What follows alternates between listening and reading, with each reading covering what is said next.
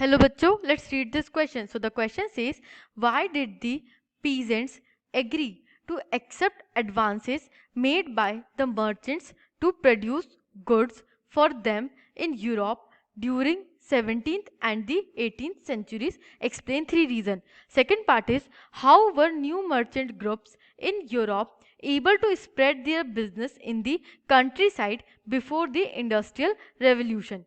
Third part is, briefly explain the method and system of production in the countryside in England. यहाँ पे हमसे पूछा गया है कि 17th और 18th सेंचुरी में कैसे मर्चेंट्स एक्सटेंड करते हैं कंट्री साइड में, रूरल एरियाज में, और क्यों पीजेंट्स उस एक्सटेंशन को एक्सेप्ट करते हैं. Let's see the key concept is proto industrialisation. Industrialisation का मतलब ये होता है कि एक लार्ज स्केल प्रोडक्शन, और large scale production with the help of industries, modern machinery and factories. यहाँ पे प्रोटो वर्ड का मतलब होता है कि प्री इंडस्ट्रियलाइजेशन, मतलब जब मशीन्स और फैक्ट्रीज के बिना भी लार्ज स्केल प्रोडक्शन हो रहा था, उस फेज को हम प्रोटो इंडस्ट्रियलाइजेशन कहते हैं. Let's see our answer.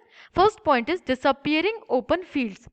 With the increase in population and coming of warehouses, the open fields and commons disappeared. Rich landlords started enclosing open fields. अब क्या होता है, जो विलेज एरिया में लोग होते हैं वो ओपन फील्ड्स पे बहुत ज़्यादा डिपेंडेंट होते हैं उनकी लाइवलीहुड के लिए. तो जैसे ही पॉपुलेशन बढ़ती है इंग्लैंड में और वेयर हाउसेज सेटअप होना चालू होते हैं, प्रोडक्शन बढ़ता है, वेयर हाउस सेटअप होना चालू होते हैं, कॉमन्स है, जो ओपन फील्ड्स है और कॉमन्स है, कॉमन्स मतलब कि कॉमन एरिया, खुला एरिया, वो डिसअपियर होने लगते हैं, वो खत्म होने लगते हैं. और जो रिच लैंडलॉर्ड्स होते हैं, जो अमीर लोग होते हैं, वो इन ओपन फील्ड्स को बंद करना चालू करते हैं, वो खरीद के इस एरिया को बंद कर देते हैं, inaccessible for the normal people. Second point is cottagers and the poor peasants. They were earlier dependent on common lands for their survival, gathering the firewood, berries, vegetables, hay and straw. Now they had to look for alternative sources of income.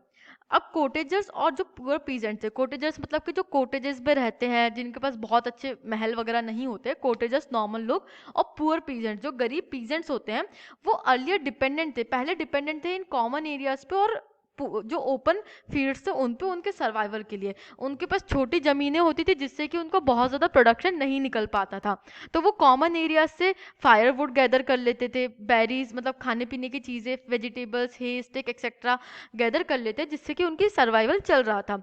But जैसे ही ये common areas बंद हो जाते हैं तो उनको alternative sources of income देखना पड़ता है, क्योंकि उनके जो लैंड होते हैं वो तो बहुत छोटे होते हैं, जिससे कि उनको सफिशिएंट नहीं मिल रही होती है. Let's see the third point, reducing land size. As most of the land was acquired by the rich landlords, the poor had tiny plots of land which could not provide work and food for all of the members of the family. अब जो गरीब लोग थे उनके जो land size थे वो already छोटे थे, और जो रिच लैंडलॉर्ड्स थे वो उसमें से भी एक्वायर कर लेते थे उनके लैंड्स को, जिसकी वजह से बहुत छोटे प्लॉट्स बचते थे गरीब लोगों के पास, जो सफिशिएंट नहीं थे उनके सर्वाइवल के लिए. ना वो उनको पूरा खाना दे पाते थे, ना उनके फैमिली मेंबर्स को प्रॉपर वर्क दे पाते थे. Fourth point is full utilization of family labor.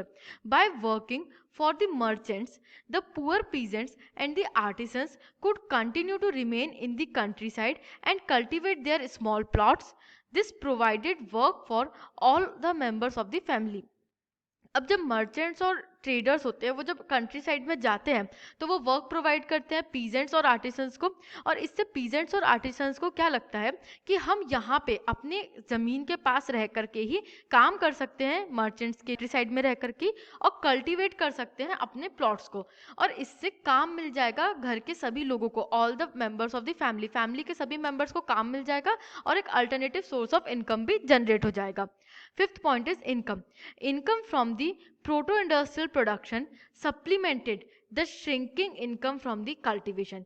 It also allowed fuller use of the family labor resources.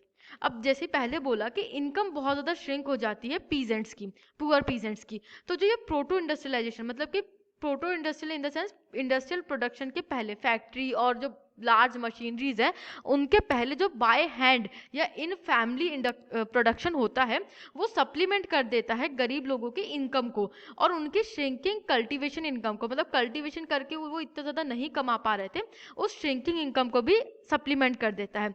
और ये अलाउ करता है उनको Fuller use of their family labour resources, family में जितना भी लेबर रिसोर्स था उसका फुल यूज अलाउ करता है। इस तरीके से हम देखते हैं कि प्रोटो इंडस्ट्रियलाइजेशन कैरी फॉरवर्ड किया जाता है और इसलिए जो पुअर पीजेंट्स होते हैं वो एक्सेप्ट करते हैं जो भी एडवांसेस मर्चेंट्स देते हैं उनको। I hope you understood this question. Thank you and best of luck.